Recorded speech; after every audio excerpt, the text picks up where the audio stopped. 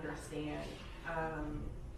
And as somebody, a lot of times the person who's going through that is the one who's given the responsibility of educating the ignorant person.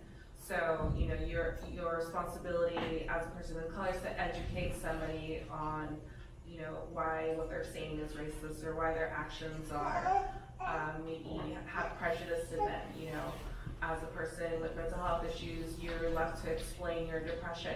You're left to explain your anxiety in a way that someone can understand.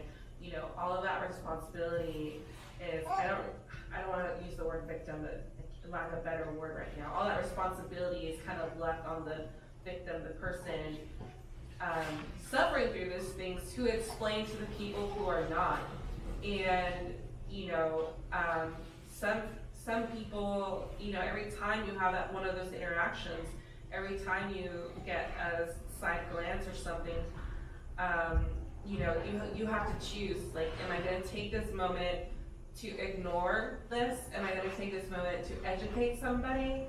Or am I, you know, like, what do you decide in all these interactions? And I think, you know, for some people like Bob who are really fed up, it's like, you know, let's just leave. Like, I don't have time for this, you know, I want to work on myself and my walk with God.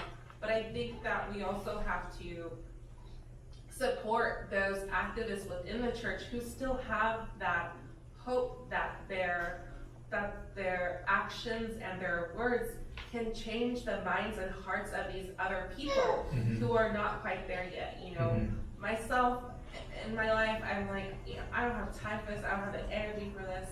I usually don't have, you know, it's kind of like, it's not my job to educate you, right? It's not my job to show you why you're doing wrong. Like, that should be the responsibility of the person to better themselves.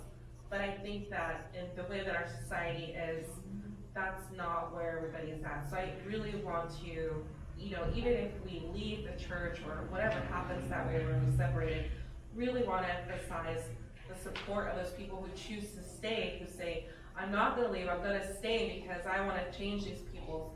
I want to stay because the church, you know, should be having this fight. Someone has to do this fight in order to change these people's minds. You know, I think that's really important as well to those people who might choose to stay, or those people who are, you know, trying to convince the others and educate the others. And just as you're doing today with your sermon today, you know, you're having these hard conversations with these people and trying to, you know, bridge a gap so that they can understand and quote unquote see the light of God in their actions, you know, and come to a place where they understand that their actions and their beliefs are wrong.